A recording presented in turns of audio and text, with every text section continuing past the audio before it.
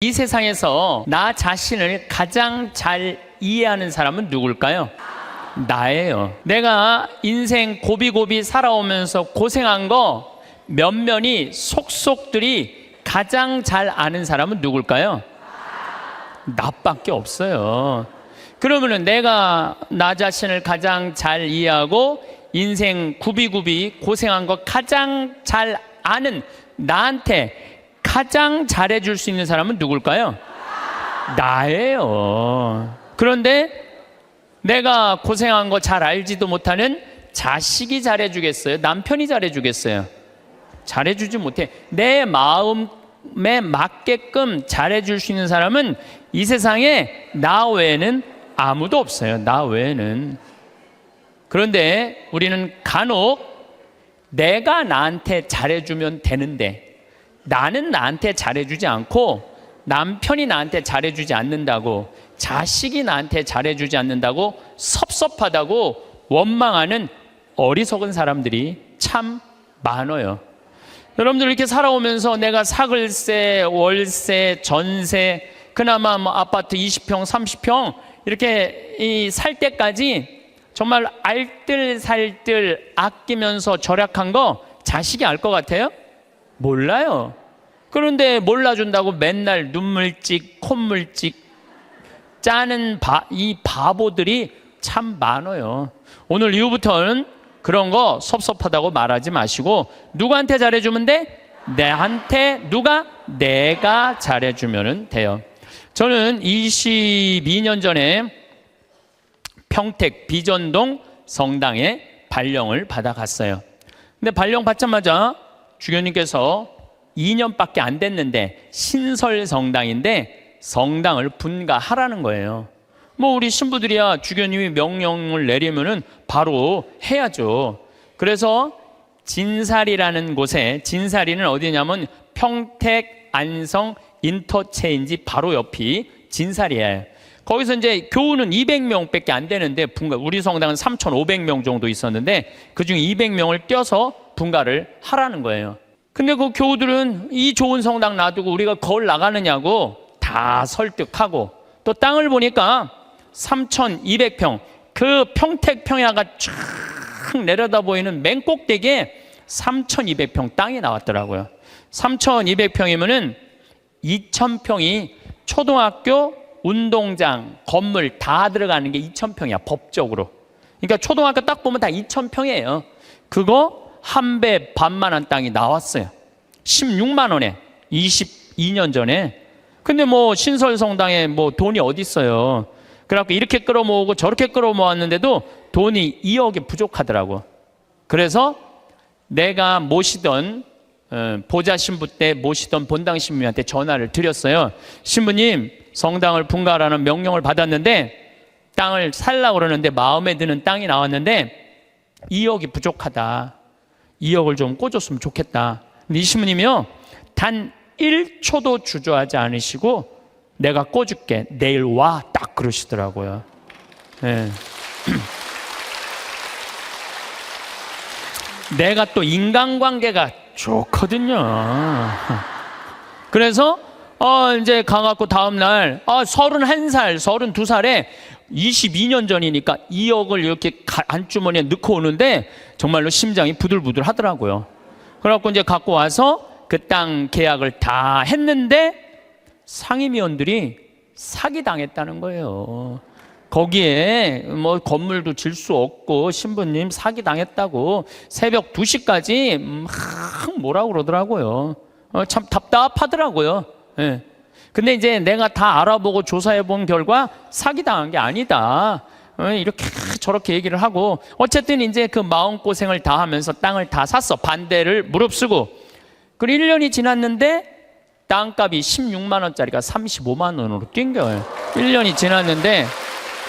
그래서 그중에 800평을 팔아서 나한테 돈 꿔준 우리 김창림, 이제 돌아가셨죠. 김창림 필리포 신부님한테 2억을 돌려줬어요. 그러니까 2,400평이 남았는데 거의 돈 한 푼 없이 그냥 산 거야. 그런데 지금은 거기에 아파트가 다 들어왔어요.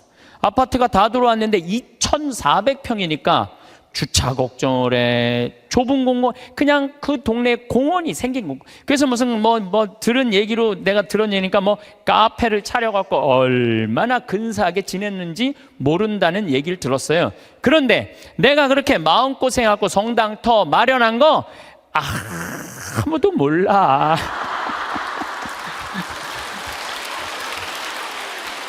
누구만 알아? 하늘하고 나만 알아. 하늘하고 하느님하고 나만 알아. 그런데 지금은 이제 거기가 겨우 2,000명 정도 됐다고 그래요. 근데 후임자 신부가 몰라준다고. 그 교우들이 20년 전에 내가 그렇게 힘들게 해서 땅 산 거 몰라준다고 내가 맨날 섭섭하다고 그러면요, 나는 쫀쫀한 사람이야. 쫀쫀한 사람. 작은 사람이야. 작은 사람. 그리고 이제는 거기가 평당 큰 몰이 들어와서 평당 한 400만 원까지 올라갔대요. 그러니까 거의 100억 정도 되는 거죠. 100억 정도 되는 돈을 내가 교회에 벌려준 거야. 그런데 아무도 몰라. 그런데 주교님이 몰라준다고, 교회가 몰라준다고 내가 맨날 그렇게 원망하면요, 나야말로 작은 사람이야. 나는 그 평택 IC 지나다닐 때마다 하느님의 기도하는 집을 내가 마련할 수 있는 영광을 가진 것에 대해서 감사해요. 어차피 그러니까 교우들이 이렇게 행복하게 그 넓은 터에서 주차 걱정 없이 신앙생활한다는 얘기를 들으면 내가 기분이 좋아. 그걸로 된 거예요. 여러분들도 인생 살면서 고생하고 힘들게 이 가정 여기까지 이렇게 꾸려왔는데, 다른 사람, 심지어 남편, 주위에 여러분들 간혹은 시집 왔더니 시동생이 5살 시동생 나중에 키워갖고 장가까지 보냈는데 그 은혜 모르는 경우도 많죠? 그거 섭섭할 거 하나 없어요. 섭섭할 건 없어. 누가 알면 돼? 내가 알고 하늘이 알면 돼.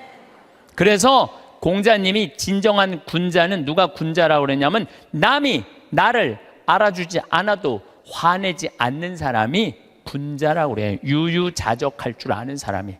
우리 평창은 화요일, 수요일 1박 2일 피정, 목요일 당일 피정, 금, 토, 일 2박 3일 피정을 해요. 1년 내내 해요. 지난번에도 하고 이번에 성탄 때도 금, 토, 일 2박 3일 피정해요. 오고 싶어도 이미 예약이 끝나서 못 와요, 여러분들. 네. 그런데 이 피정 오는 분들의 행복의 크기가 다 달라요. 누가 제일 행복한가 봤더니 금, 토, 일 2박 3일 피정 오시는 분들이 제일 행복해해요. 왜 행복한가 봤더니 밥을 무려 6끼를 안 해요. 주부가 밥을 6끼 안 하면 행복할 것 같아요, 안 행복할 것 같아요? 무조건 행복한 거예요. 무조건. 여기 이렇게 오신 분들 보니까 한 60대신 분들이 굉장히 많은데, 30살서부터 시집 와갖고 60살까지 여러분들이 살림살이 하면서 밥하고 빨래하고 청소하고 애 낳고 애 길렀다면, 여러분들은 한 달 가사 노동비를 따지면 한 달에 얼마치 일을 그동안 했느냐면은 350만 원어치 일을 했다고 그래. 그럼 30년 동안 일했으면 여러분들은 남편하고 자식들한테 얼마를 청구할 수 있느냐 하면은 10억 5천을 청구할 수 있어요. 10억 5천. 10억 5천 내놓으라고 그럴 수 있어요. 아니, 법원에 누가 해갖고 25년 동안 그거 해갖고 250만 원 해갖고 5억 청구해갖고 받은 사람이 판결이 나왔어요. 예. 그러면은 2박 3일 금, 토, 일 피정하는데 피정비가 얼마냐 하면은 8만 원이에요. 8만 원. 이틀 밤 자고 6끼 밥 먹고. 그런데 그렇게 10억 5천만 원어치 일을 하고 난 다음에 그렇게 고생한 나한테 너 한번 이틀 밥 안 하고 좀 편안하게 한번 해주는 밥 먹어라. 내가 너한테 한번 쏠게 하고 그 8만 원을 들여서 평창에 피정을 갈라 그럴 때 그 돈이 아까워서 갈까 말까 갈까 말까 이렇게 망설이는 사람들이 많다는 거예요. 그러면서 나 고생하는 거 알아주는 사람 하나도 없다고 눈물 콧물 짤 거 없다 이거야. 그렇게 내가 10억 원 정도 일했으면 나한테 8만 원 정도 쓰는 거 아까워요, 안 아까워요? 써. 그러니까 제발 원망하지 말고 본인을 위해서 쓰라는 거예요. 그리고 1박 2일 당일 금토일 피정 오시는 분들 중에 누가 제일 럭셔리한가 봤더니 금토일 2박 3일 오시는 분들이 제일 럭셔리해요. 왜 럭셔리한가 봤더니 설거지를 안 하잖아. 밥 먹고 우리 잠비아에서 온 커피가 있어요. 그 커피 뽑아서 강 내려다보는 데크에 앉아갖고 저 우아하게 그러니까 그 2박 3일 동안 피정 오시는 분들 이번에도 뭐 이 추운 12월 달에 왔는데도 나한테 이런 말을 해요. 신부님 너무 행복해요. 해준 게 아무것도 없는데 내가. 왜냐하면은 우리 또 생태마을에서 요즘 우리가 시래기 말라하고 시래기하고 된장국 끓여 우리 뭐 배추, 무 얼마나 맛있어요. 그 자연 아주 정말로 유기농 식단으로 해주니까 요즘은 또 호박 싹 이렇게 했는데 너무너무 맛있더라고. 지금도 이제 주일날 나가면은 월요일, 화요일, 수요일 이럴 때는 요즘은 내가 이렇게 대림식이라고 강의 나오면은 그 손님을 안 받아요. 근데 지금 6분이 와 있는데 당일 온다 그러더니 일주일 있겠다는 거. 나한테 오늘 와서 막 신부님 여기 있고 싶다는 거. 아니 강의도 없고 텔레비도 없고 뭐가 좋아서 여기 계속 있겠다고 그러니까 팝이 너무 맛있다는 거야. 팝이. 야, 주부한테는 이것만 해도 충분히 행복하구나. 그런 생각이 들더라고요. 저는 이제 여주에 평창은 15,000평인데 여주는 15만 평이에요. 거기에는 수영장도 있고 그림 그리는 데도 있고 도자기 만드는 데도 있고 다 있어요. 거기 피정 이제 우리 교우들 받을 거예요. 거기 600명이야. 지금은 200명이라 1년 기다려도 못 오는 분들 많아. 2년 기다리면서도 못 오는 분들이 많아요. 근데 그런 교우들이 좀 안타까워갖고 여주에 피정집을 지금 준비하고 있어요. 근데 거기는 피정 1박 2일, 2박 3일 이런 거 안 해요. 화, 수, 목, 금, 토, 일 5박 6일 피정이에요. 5박 6일 5박 6일 할 거예요. 5박 6일 여러분들 시간 많잖아. 죽지도 않고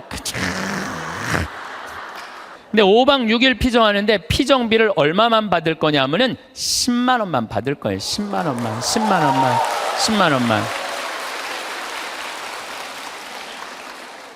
밥을 무려 18끼를 안 하는데 10만 원만 받을 거예요.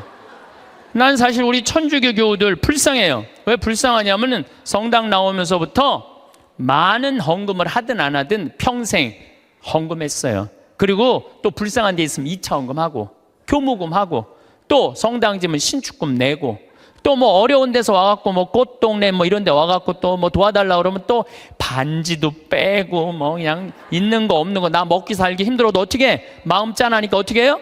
또 내잖아요. 그런데 그렇게 20년 30년 신앙생활 했는데 정작 내가 외롭고 힘들 때 어디 가서 좀 위로받고 싶은데 그럴 데가 없어요. 별로. 우리 한국 천주교 교회는. 그러니까 교우들한테 받기만 했지 주지를 않아. 내가 그게 제일 불만이야. 그런 공간이 한국 교회에 필요하다 이거야. 그래서 이제 여주는 10만 원이면 여러분들 보통 한 달 생활비 최저가 110만 원인가 그렇더라고. 그러니까 누구나 올 수. 그리고 거기 전철까지 나 있어. 이제 그 앞에까지. 그러니까 여기 65살들은 거기까지 공짜로 올 수 있어. 65살까지는. 전철까지 나 있으니까 마음만 먹으면은 뭐 얼마든지 올 수 있어요. 그래서 우리 교우들한테 그런 공간을 만들어 줘야 되겠다. 우리도 좀 위로받고 살아야 되지 않아요? 맨날 뭐 남만 위로하고 살아. 나는 30년 동안 그렇게 뼈 빠지게 고생했는데. 그런데 제가 한 6년 동안 그 여주에다가 그런 생태 마을을 꾸며서 한국민들, 우리 천주교 교우들뿐만 아니라 한국민들이 쉴 수 있는 오아시스를 만들어야 되겠다. 그래갖고 다 허가를 받아놨는데 이번 2월 달에 교구청에 편지를 했어요. 주교님 허가를 다 받아놨으니 공사비 달라고. 거기가 총 공사비가 얼마냐면 300억이에요. 300억을 내가 무슨 재주로 만들어? 내가 무슨 재주로? 그러니까 교구에서 내야 될 거 아니에요. 근데 답이 없는 거야.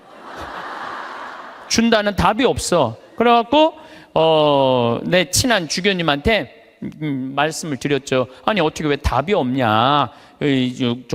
허가까지 다 떨어졌는데, 근데 우리 수원교구는 지금 신도시가 굉장히 많이 생겨요. 위례 신도시, 동탄 이 신도시. 신도시가 막 생기니까 거기다 땅 사느냐고 돈을 다 썼다는 거예요. 돈이 없다는 거예요. 그런데 저는 30대 때는 막 내 뜻대로 안 되면 막 교구청에 올라가고 막 뒤집고 소리 지르고 그랬어요. 근데 이제 50이 되니까 생각이 많이 바뀌었어요. 어떻게 바뀌었느냐 하면은 내가 다 해놨는데 만약에 교구청에서 돈이 없다고, 300억이 돈이 없다면 어떻게 하면 되냐면은 안 하면 되지. 안 하면 되지 않아요? 여러분들 인생이 왜 힘든 줄 아세요? 돈이 없는데 하려고 그럴 때 힘들어요. 하려고 그럴 때. 내가 지금 5천만 원밖에 없는데 2억이라는 가게를 하고 싶어. 5천만 원밖에 없는데 2억이라는 가게를 하고 싶어갖고 어떻게 은행에 융자 받고 형제 집 잡히고 또 뭐 이 사람 저 사람 꼬갖고 시작하잖아요. 그때부터 지옥이 되는 거예요. 그때부터. 5천만 원만 있는데 2억짜리 그건 하면 안 돼요. 안 하면 되지. 그래서 내가 주교님한테 편지했어요. 주교님, 저는 하느님의 집을 지면서 기쁨을 잃어버리고 싶지 않다고. 그래서 지금 교구가 여러 가지 어려움이 있으니까 나중에 하자고. 지금 편안하게 마음 먹자고. 그랬더니 주교님이 저한테 답장했어요. 딱 한 줄 보냈어. 참 고맙다. 이렇게. 네. 그래서 이제 접기로 이제 마음 먹었어요. 접기로 마음을 먹었는데 잠비아에 농업대학 하라고 100억을 봉헌하신 우리 할머니죠. 나는 할머니라고 안 그러는데 그냥 100억을 봉헌했어요. 벌써 3년 전에 이제 그분하고는 가능한 한 한 달에 한 번 정도 밥을 먹는데, 이제 밥을 먹으면서 이런 얘기 저런 얘기 사는 얘기를 하면서 내가 이제 여주에 생태마을을 꾸밀려고 그러는데 교구가 지금 뭐 신도시 성당 터 산다고 돈이 없다고 좀 어려워하더라. 이런저런 얘기를 하는데 하루는 우리 이 자매님하고 서울 경복궁 구경을 가는데, 신부님 서울 구경 가는 길에 잠깐 남산 밑에 경리단길, 요즘 뜨는 데 있죠? 경리단길에 집터를 하나 보자는 거예요. 밑에 삼성 미술관도 있고 뭐 LG 뭐 회장집도 있는데 그 맨 경치가 아주 기가 막혀. 한강 다 보이는 그 경리단길에 땅을 한 200평 보여주면서 신부님 이거 봉헌할 테니까 신부님 이거 하라는 거예요.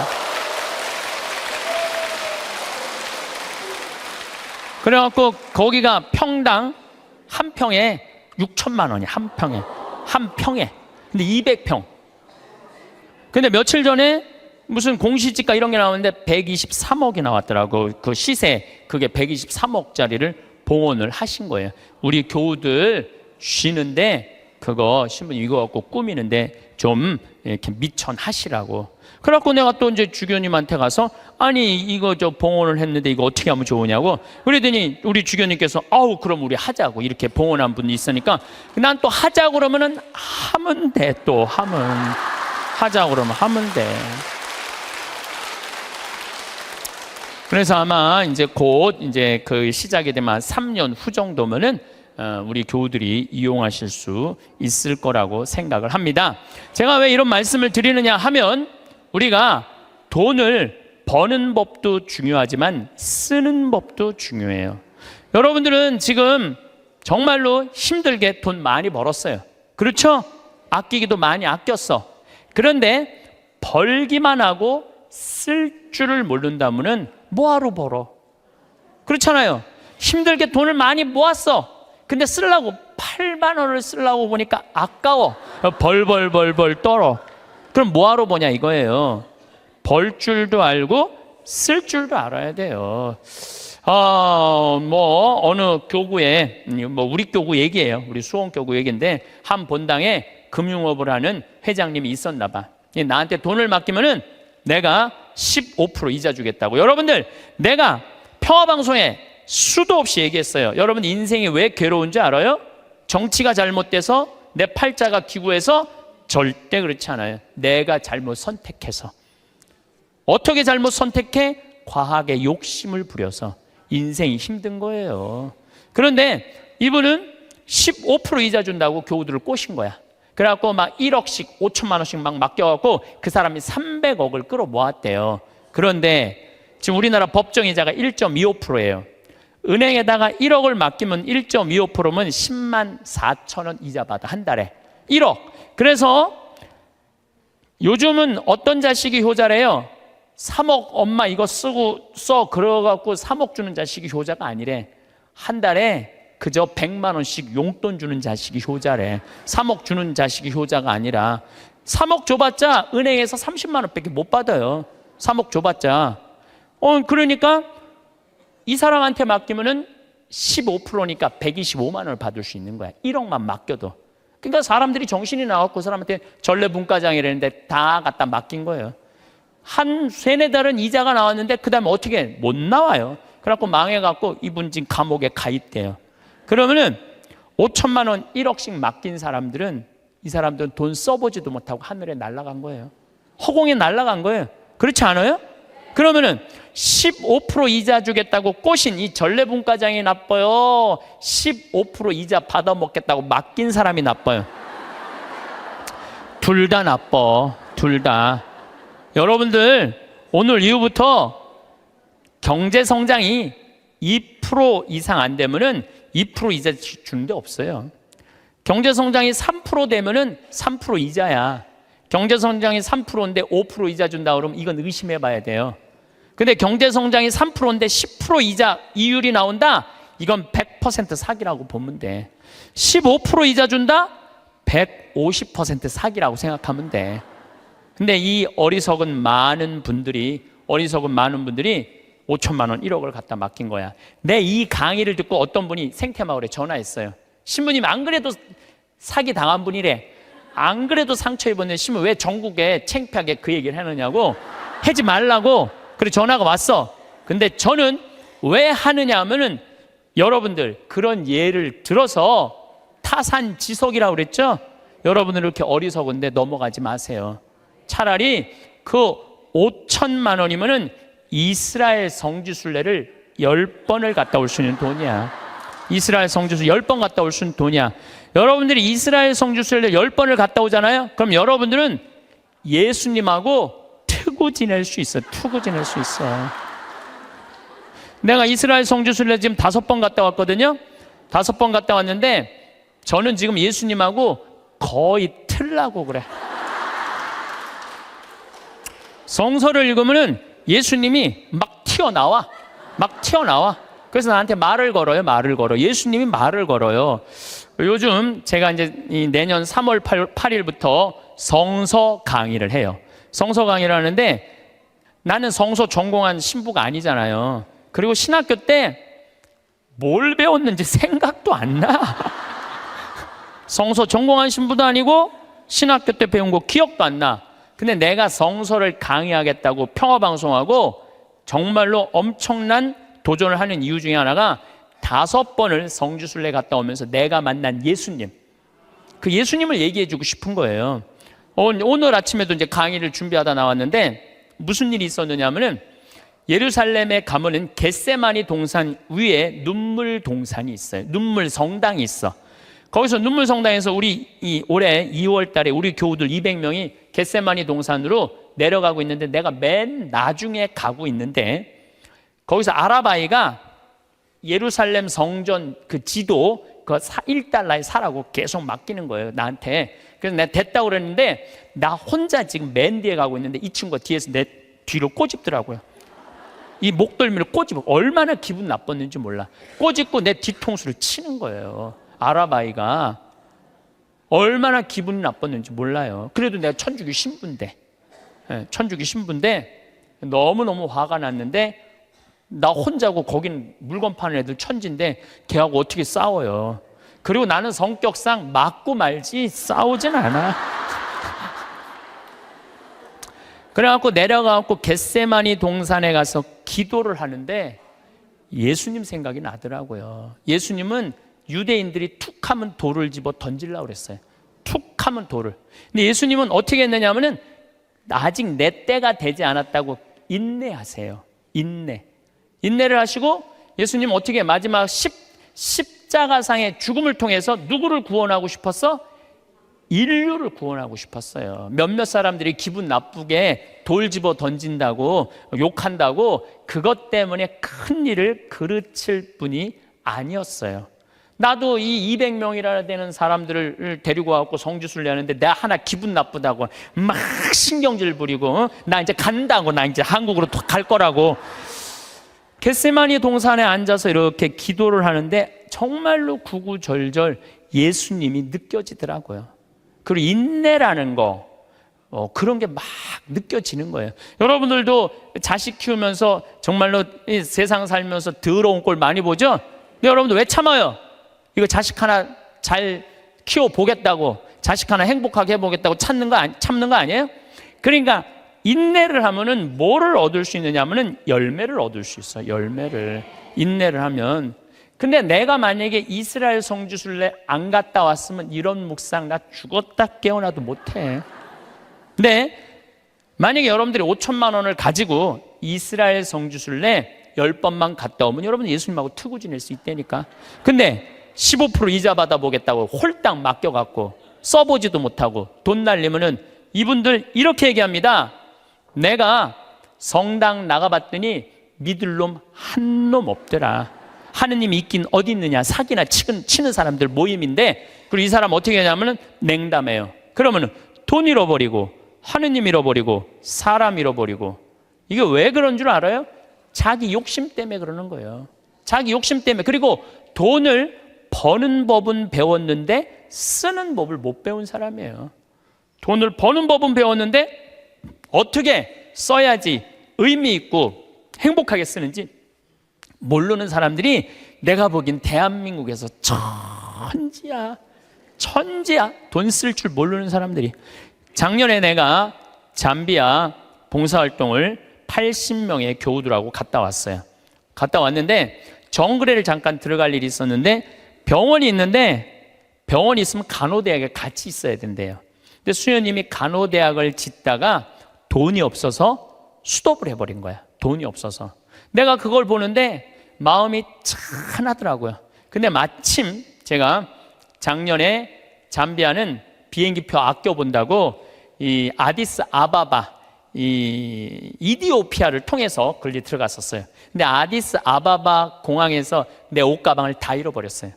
그래갖고 양복 3벌, 4벌 중에 입은 거 하나 빼고 3벌이 다 없어져 버렸어. 그런데 그 전주 연중 제15주 복음이 뭐였느냐면은 너희들은 선교 떠날 때 옷을 한 벌 이상 갖고 다니지 말아라. 한 벌 이상 갖고 다니지 말아라. 식량 자루나 돈주머니도 갖고 다니지 말아라. 근데 예수님이 거기다 신발은 신고 가라고 또 써 있어. 성서에 참 신발은 신고 가라 그랬거든요. 근데 나는 잠비아 미국 강의 다닌다고 옷을 4벌, 양복을 4벌. 내가 너무너무 부끄러웠어, 내 자신한테. 그래서 저는요 지금도 양복을 한 달에 한 벌만 입어요. 안 갈아입어 이제. 안 갈아입어. 작년에 내가 그 배운 깨달음으로 안 갈아입어. 너무 좋더라고. 한 달에 한 벌만 입고 다니니까 참 좋더라고요. 그런데 문제는 한국에 딱 돌아왔는데 내가 양복만 많은 게 아니야. 내 통장을 보니까 책 팔은 인세가 2억이 들어와 있는 것. 2억. 내 통장에.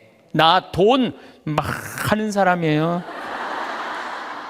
근데 내가 그 돈이 뭐가 필요해? 마누라가 있어? 자식이 있어. 그래서 수녀님한테 전화했어요. 잠비아로. 수녀님, 내가 간호대학 져둘 테니까 간호대학 마저 지라고. 그래갖고 돈을 막 작년에 보냈어요. 계속 2천만 원, 5천만 원씩 계속. 근데 올해 가서 그 정글에 땀부라는 정글에 들어가 보니까 간호대학을 다 져놨더라고. 이제 기숙사 하나 져놓고 기숙사를 2개만 이제 더 지면 완전히 끝나. 이제 돈을 좀만 더 보내면 돼. 근데 우리 직원들이 그걸 보더니 한국에서는 감이 없다가 내가 돈을 보내갖고 대학을 줘놓으니까 나를 혼내는 거예요. 신부님 은퇴해서 돈 필요한데 이렇게 돈 다 써버리면 어떻게 하려고 돈을 다 써버리느냐고. 신부님 은퇴하면은 맛있는 것도 먹고 여행도 다니려면 돈이 필요한데 지금 다 써버리면 어떻게. 지금이야 신부님 강의도 다니고 강사료도 많고 인세도 많고 그래갖고 지금이야 뭐 막 부족한 게 없지만 은퇴하면 필요한 게 돈이라고. 신부님 또 앞으로 돈 모으라고 막 나를 혼내더라고요. 근데 저는 이런 생각이 들어요. 만약에 내가 은퇴해갖고 돈이 없으면 나는 어떻게 할 거냐면은 사제관에 가만히 앉아 있을 거야. 돈 없는데 어떻게 가만히 앉아 있어야지. 그런데 우리가 이걸 생각해야 돼요. 내가 20년 후에 살아있을지 죽어있을지 어떻게 알아? 그렇지 않아요? 20년에 살아있을지 죽어있을지 어떻게 알아? 그런데 20년 후에 쓰려고 지금 의미 있고 재미있고 신나는 일이 있는데 지금 안 쓰고 이 신나는 이 젊은 나이에 20년 동안 지금 가만히 있긴 싫어요. 지금은 마음껏 다니고 의미 있는 일도 하고 재밌는 것도 하고 맛있는 것도 사 먹고 여행도 다니고 지금은 신나게 할 거야. 그리고 70살이 넘어가고 돈이 없으면 가만히 있으면 되지. 없으면 없는 대로 살면 되지. 그렇지 않아요? 있으면 있는 대로 살고. 오늘 성채 미사 때 성채 모자랐잖아요.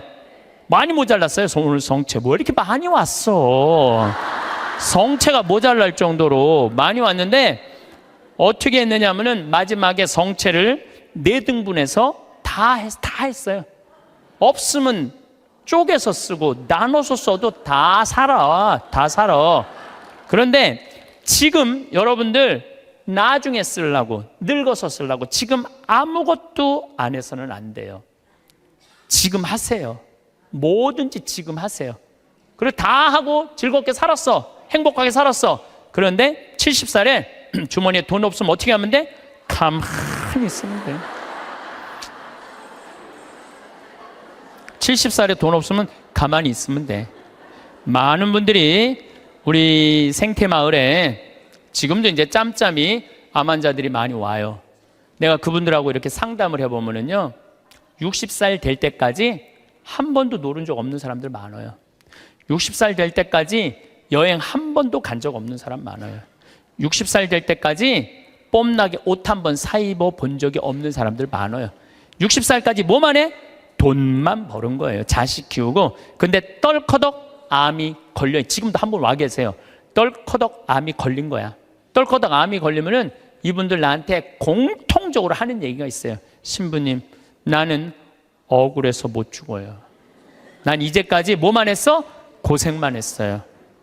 어떻게 하면 좋아요, 신부님? 이러는 분들이 너무 많아요. 여기 계신 여러분들도 나중에 하려고 그러지 말고 언제? 지금 하세요. 저 청국장 가루도 나중에 사 먹지 말고 언제 사 먹어? 지금 사 먹어. 지금. 그게 훨씬 건강하고 좋은 거예요. 예. 여러분들 이 여행 많이 다녀보셨죠? 만약에 유럽 여행 가신 분들 아마 유럽 여행은 일생 한 번 가보는 거예요. 일생 한 번 가보는 여행이야. 한 400만 원 들여갖고 한 번 가보는데 비행기 타고 럭셔리하게 파리에 도착했어. 도착을 했는데 딱 버스에 타니까 가이드가 딱 나타나더니 이렇게 말합니다. 이제 뭐 집에 들어가고 호텔에 들어가고 물은 어떻게 쓰고 뭐 이런 거죠. 여러 가지 얘기를 해요. 그러다가 갑자기 이런 말을 해요. 그런데 여행 다니면서는 팁이 중요하다고. 이렇게 여행 가방 올려다 주는 그 포토한테 $1 주시고 호텔에서 나올 때 그 호텔 침대에다가 $1 내려놓고 나오시라고. 그럼 이때부터 갑자기 머리가 복잡해지는 거야. $1? 생각지도 않은 돈이야. 이거 생각지도 않은 돈이야. 그게 아깝기 시작한 거야. 그런데 400만 원을 들여서 일생 한 번 간 여행이에요. 그러면 $1, 10일 $2씩 줘봐. $20, 2만 원이야. 그 줄 때 기분 좋게 줄 수 있는 거야. 그런데 이제 딱 버스에서 내리니까 아니나 달라 막 벨보이들이 막 와갖고 가방을 막 들고 갈라 그래. 그러면은 이 할머니들이 이렇게 말합니다. 그 놔두라고, 내가 들고 갈 테니까 놔두라고. 내가 여러 번 봤어요. 여행 같이 다니면서. 내가 그 힘들게 그 가방을 들고 다니는 할머니들 모습을 보면서 안타깝더라고요. 그럼 뭐하러 여행을 나와? 그 2만 원이 아까워갖고 그 힘든데 피곤한데 와갖고 그걸 또 들고 올라가. 그 2만 원이 아까우면 그냥 집에 가만히 있어. 벌 때는 힘들고 어렵게 벌지만 쓸 때는 정승같이 쓰는 법도 중요한 거예요. 저는 요즘 이렇게 여행 다니면은요, 뭐 2달러, 3달러, 5달러도 내려놓고 와요. 호텔에다가. 왜냐? 그거 다 이민자들이야. 거기 청소하는 사람들. 힘들게 그거 갖고 먹고 사는 사람들이야. 그러면 길 가는 사람도 내가 5천 원, 만 원, 일생, 1년에 여러분들 어려운 사람들 얼마나 만나요? 만나는 일이 1년에 한두 번도 안 돼. 그럼 그런 사람들한테 한번 나도 여행 내가 400만 원어치 쓰면 40만 원 어려운 사람한테 내놔야 될 거 아니야. 그 일환 중에 하나가 그 어려운 사람들한테 팁 주는 거예요. 근데 그게 아까워갖고 내가 들고 갈 테니까. 아까운 거지. 아까운 거예요. 그래서 여러분들 자신한테 쓸 줄 알아야 돼. 자신한테. 저는 지난 여름에 LA에 우리 청국장 이제 회사를 설립을 했어요. 거기도 뭐 다 세금 문제 때문에 다 회사를 설립을 해야 돼. 그 뭐 미국에도 세금 내고 한국에도 다 세금 내고 그래야 되니까 회사를 설립을 하러 갔는데, 내가 하여튼 나하고 노는 친구들이 있어. 한 남자들인데 한 5명 정도 되는데, 나만 가면 하여튼 회사를 다 때려치고 나하고 놀라고 아주 그런 친구들이 있어. 아주 친하죠. 근데 그 친구 중에 하나가 식당을 운영하는데 근사한 식당을 운영해요. 한 번 먹으면 막 $100, 10만 원, 20만 원. 그리고 와인도 딱 맡겨놓는. 그 한국 사람들은 거의 안 가고 미국 사람들이 와서 그 홀에다가 뭐 술 먹고 춤도 추고 막 이러는 그런 아주 근사한 식당이에요.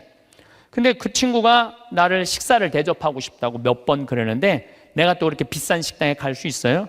안 간다고 그랬더니 그럼 우리 집에 모시겠다고. 집으로 갔어요. 집에 갔는데 그 친구 부부 다 뭐 손님 한 12명을 초대를 했는데 내가 주인공으로 간 거 아니에요. 근데 자기 식당의 주방장을 데리고 왔더라고.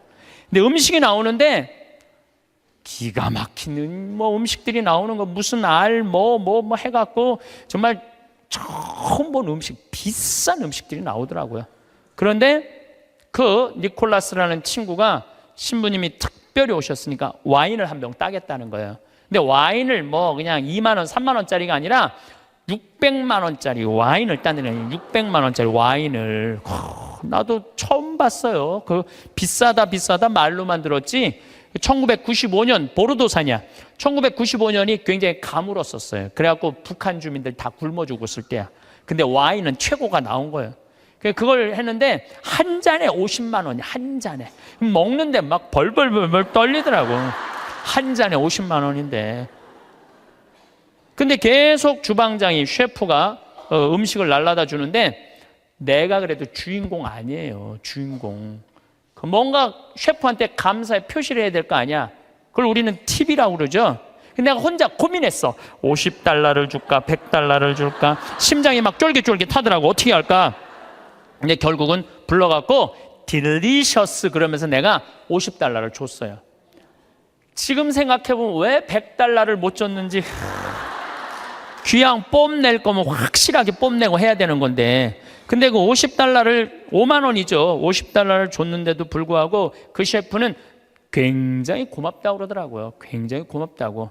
근데 만약에 여러분들 그게 한 1,000만 원어치 넘는 식사였는데 내가 그걸 얻어먹고 돈 한 푼 안 내고 팁 하나 안 내고 그냥 가면은요, 그분들 모르긴 해도 내 귀에다 대고 이랬을 거야. 아유 정말 멋대가리 하나 없는 신부라고. 에? 그렇지 않겠어요? 그렇게 멋있게 했으면 그 주방 그 직원 데려다 했으면 줄 알아야지. 이건 비단 나한테뿐만 아니라 여러분들도 마찬가지야. 여러분들 인생을 살면서요, 버는 것도 중요하지만 쓰는 것도 중요해. 쓸 때 확실하게 써. 근데 만약에 내가 돈이 부족해, 그러면은 가만히 있어. 여러분들 안 쓴다고 누가 뭐라고 그럴 사람 하나도 없어요. 근데 우리나라 사람들은 쓰는 것도 아니고 안 쓰는 것도 아니고 내는 것도 아니고 안 내는 것도 아니고 그냥 사는 게 좀 짜증이 나요. 그래서 쓸 땐 사도 바오로가 뭐라 그래? 난 귀하게도 살 줄 알고 천하게도 살 줄 안다고 그러잖아요. 돈 안 쓴다고 누가 뭐라 할 사람 하나도 없어. 근데 쓸 때는 멋있게 써. 이게 왜 이런 문제가 생겼냐면 내가 귀하다는 생각을 안 해서 그래요. 내가 귀하다는 생각. 나는 어쨌든 성당터 또 그 다음 성당도 2,400평 성당터 해갖고 지금 아주 공원 같은 성당 돼 있어요. 그러니까 나는 내가 수고한 거 누가 알아? 하늘이 알고 내가 알아. 그래서 나는 지난 12월 6일 날도 이선희 콘서트 갔다 왔어요. 누구 돈으로? 내 돈으로. 내 돈으로. 그리고 지난주는 우리 이제 그 이선희 콘서트는 우리 직원들 50대 된 직원들 하고 갔다 왔고, 지난주는 충무 아트센터에 몬테크리스토라는 뮤지컬을 30대 직원들하고 갔다 왔어요. 서울, 우리는 평창이니까 무조건 대전, 서울 이런 데 오는 거예요. 서울 와갖고 또 충무 아트센터 보니까 신당동 떡볶이집 있더라고. 가서 떡볶이 먹고 멋있게 커피 한 잔 마시고 몬테크리스토 백작 보고 그리고 집에 새벽 1시에 들어갔어요. 그러니까 많은 분들이 저한테 신부님 맨날 강의만 다니고 힘들어서 어떻게 하느냐고. 나 짬짬이 알아서 잘 놀아요. 맨날 강의만 다니면 나 미칠지도 몰라. 짬짬이 알아서 놀아요. 저만 그런 게 아니라 여러분들도 그렇게 살으셔야 돼. 부처님이 이런 말씀을 하세요. 지나친 고행은 사람을 고통스럽게 한다는 거예요. 그 다음 지나친 쾌락은 사람을 망가뜨린다는 거예요. 그러니까 놀 줄도 알고 쓸 줄도 알고 인내할 줄도 알고 그렇게 살아야 돼.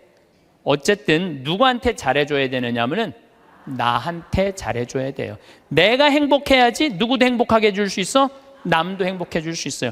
맨날 자기가 영혼이 찌그러지면은 남편 욕하고 자식 욕하는 거야. 근데 내가 8만 원 들여서 평창 생태마을 피정 딱 갔다 와서 다음날 아침에 기분 좋게 음식 해줄 수 있어요. 그러니까 오늘 이후부터 누구한테 잘해줘?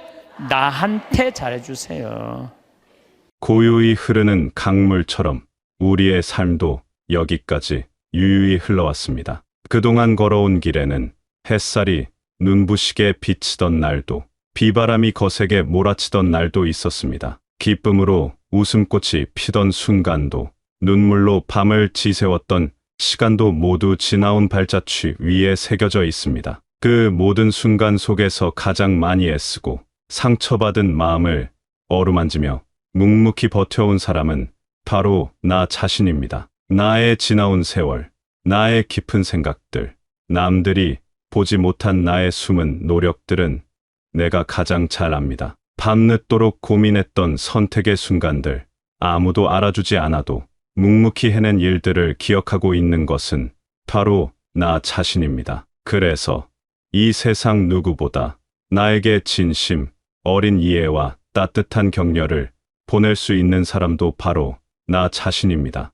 때로 다른 이들이 나의 마음이나 노력을 다 알아주지 못한다고 해서 서운해할 필요는 없습니다. 내가 나를 진정으로 인정하고 하늘이 나의 진심을 내려다보고 있다면 그것으로 충분합니다. 잠시 깊이 숨을 들이마시고 나의 어깨를 토닥이며 참 많이 애썼구나, 정말 고생했어 라고 따뜻하게 말해주는 시간을 가져보십시오. 그것이 바로 나를 진심으로 사랑하는 소중한 첫걸음입니다. 삶의 참된 지혜는 가진 것에 많고 적음에 있지 않습니다. 오히려 가진 것을 어떻게 의미 있게 사용하느냐에 있습니다. 돈도 마찬가지입니다. 때로는 나를 위해 무언가를 하는데 괜스레 주저하기도 합니다. 다른 사람을 위해 아껴야 한다는 책임감 때문에 망설이기도 하죠. 하지만 꼭 기억해야 합니다. 나 자신의 마음을 기쁘게 하고 나의 영혼을 풍요롭게 하는 일에 쓰는 것은 결코 낭비가 아닙니다. 그것은 메마른 땅에 단비를 내리듯 지친 우리 삶에 새로운 생기와 활력을 불어넣어 줍니다. 먼 미래만을 바라보며 오늘의 작은 행복들을 그냥 지나쳐버리지는 않으셨으면 합니다. 오늘 문득 눈에 들어온 꽃 한 송이의 아름다움, 오늘 천천히 음미하며 맛보는 음식의 즐거움, 오늘 마음을 나누며 주고받는 따뜻한 대화가 얼마나 소중한지요. 따스한 봄 햇볕 아래 잠시 눈을 감고 그 온기를 느껴보는 순간, 오랜만에 걸려온 그리운 목소리에 귀 기울이는 시간, 창가 화분에서 연두색 새싹이 고개를 내미는 모습을 발견하는 작은 기쁨 같은 것들이 바로 그런 것입니다. 이런 소소하지만 빛나는 순간들이야말로 평범한 일상을 반짝반짝 빛나게 만드는 작은 보석들입니다. 지나친 욕심은 오히려 마음에 무거운 짐이 될 수 있습니다. 반대로 내가 가진 것을 의미 있는 곳에 기꺼이 나누고 베풀 때 우리는 예상치 못한 더 큰 기쁨을 경험하기도 합니다. 오늘, 바로 지금, 이 순간을 온전히 느끼며 충실하게 사는 것이야말로 가장 중요한 삶의 자세입니다. 한 유명한 소설에는 이런 희망찬 구절이 나옵니다. 내일은 아직 아무것도 실패하지 않은 새로운 날이라고 생각하니 즐겁지 않나요?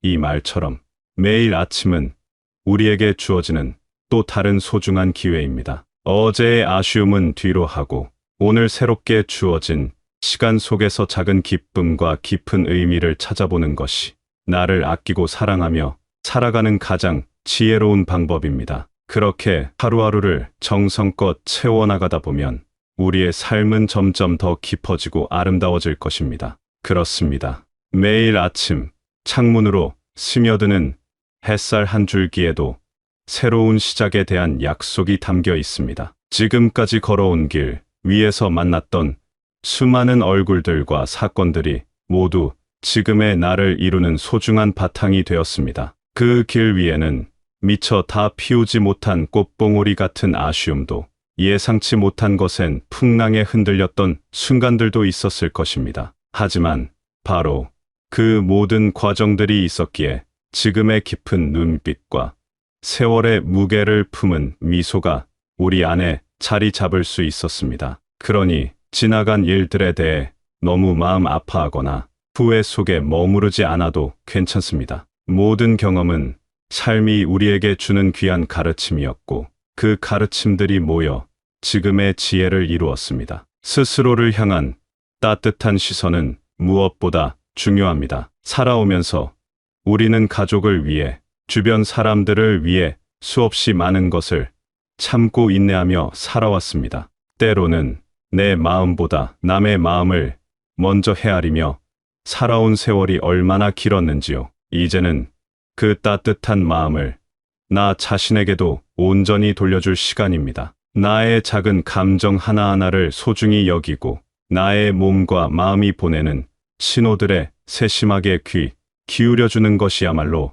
진정한 자기 돌봄의 시작입니다. 때로는 아무것도 하지 않고 그저 조용히 쉬어가는 것, 좋아하는 차 한 잔을 천천히 우려내어 음미하는 것, 마음 가는 대로 발걸음을 옮겨보는 여유로운 산책 같은 소박한 행동들이 바로 나를 진심으로 아끼는 소중한 표현이 됩니다. 돈을 쓰는 지혜에 대해서도 생각해 봅니다. 단순히 물건을 사는 것을 넘어 나의 마음을 진정으로 풍요롭게 하는 의미 있는 경험에 투자하는 것은 참으로 값진 일입니다. 오랫동안 가보고 싶었던 장소를 찾아가 소박한 여행을 즐기는 것, 새로운 것을 배우며 지적 호기심을 채우는 것, 마음이 잘 통하는 이들과 함께 맛있는 음식을 나누며 웃음꽃을 피우는 시간들이 바로 그런 것입니다. 이러한 경험들은 돈으로 환산할 수 없는 기쁨과 삶의 활력을 선사하며 우리의 남은 날들을 더욱 의미 있고 풍성하게 만들어줍니다. 또한 돈을 지혜롭게 쓰는 것만큼이나 중요한 것은 시간에 대한 우리의 태도입니다. 시간은 누구에게나 공평하게 주어지지만 그 시간을 어떻게 활용하느냐에 따라 삶의 빛깔은 달라집니다. 이제는 조급함이나 의무감에서 벗어나 오롯이 나만을 위한 고요한 시간을 충분히 가져보는 것이 필요합니다. 창가에 앉아 좋아하는 책을 읽거나 잔잔한 음악을 들으며 명상에 잠기는 시간은 지친 마음에 평화를 가져다 줍니다. 손수 작은 정원을 가꾸거나 마음 가는 대로 그림을 그리고 마음속 이야기들을 글로 풀어내는 창조적인 활동들은 삶에 새로운 즐거움을 더해줄 것입니다. 나이가 들어간다는 것은 결코 쇠락을 의미하지 않습니다. 그것은 마치 햇볕을 받아 잘 익어가는 과일과 같습니다. 겉모습은 시간의 흐름에 따라 변할지라도 그 속은 더욱 깊은 맛과 향기, 풍부한 지혜를 품게 됩니다. 젊은 날의 열정과 패기는 이제 잔잔한 미소와 너그러운 포용력으로 바뀌고 세상을 바라보는 시선은 더욱 깊고 넓어집니다. 젊은 시절에는 보이지 않던 세상의 이치와 사람살이의 깊이를 꿰뚫어보는 통찰력이 생기기도 합니다. 과거에는 미처 보지 못했던 삶의 작은 아름다움들이 눈에 들어오고 사소한 일상 속에서도 감사하는 마음이 자연스럽게 샘솟기도 합니다. 이러한 변화를 기꺼이 받아들이고 지금 이 나이만이 가질 수 있는 품위와 즐기는 것이 중요합니다. 우리는 살아가면서 수많은 관계를 맺습니다. 그 관계 속에서 때로는 기쁨을 얻고 때로는 상처를 받기도 합니다. 이제는 무리하게 모든 사람에게 좋은 사람이 되려고 애쓰기보다는 나에게 진정으로 소중한 관계의 마음과 시간을 집중하는 지혜가 필요합니다. 마음을 편안하게 해주는 사람들과 따뜻한 정을 나누고 불필요한 관계에서 오는 감정적 소모는 줄여나가는 것이 좋습니다. 오랜 시간 곁을 지켜준 진실한 벗들과의 깊은 우정, 혹은 새로운 만남 속에서 피어나는 잔잔한 교감, 모두 삶을 윤택하게 하는 소중한 보물입니다. 진심 어린 마음으로 서로를 받아들일 때 그 관계는 삶의 큰 기쁨이자 든든한 버팀목이 되어줄 것입니다. 혼자 있는 시간이 찾아올 때 그것을 단순히 외로움으로만 여기지 않았으면 합니다. 오히려 그것은 자신과 더욱 깊이 대화할 수 있는 귀한 시간입니다. 창밖의 풍경을 가만히 바라보는 것, 스쳐가는 바람 소리에 귀 기울이는 것만으로도 마음은 자연스럽게 정화되고 새로운 깨달음을 얻기도 합니다. 젊은 날 바쁘게 살아가느라 미처 깨닫지 못했던 내면의 소중한 소리들을 발견하고 자신만의 생각과 느낌들을 정리하는 시간은 마치 삶의 여정에서 잠시 쉼표를 찍고 숨을 고르는 것과 같습니다. 이런 고요한 시간 속에서 우리는 잊고 지냈던 소중한 기억들을 떠올리기도 하고 삶의 의미를 새롭게 발견하기도 합니다. 이러한 순간들이 모여 내면의 정원을 더욱 풍요롭게 가꿔줍니다. 때로는 삶이 버겁게 느껴지고 마음이 지칠 때도 있을 것입니다. 그럴 때면 잠시 멈추어 서서 드넓은 하늘을 올려다보십시오. 끝없이 펼쳐진 하늘 아래 우리는 작은 존재일지 모르지만 그렇기에 더욱 소중한 존재입니다. 자연의 거대함 속에서 잠시 무거운 시름을 내려놓고 마음속 깊은 곳에서 들려오는 내면의 목소리에 귀 기울여 보십시오. 우리 마음속에는 어떤 어려움도 이겨낼 수 있는 강인한 힘과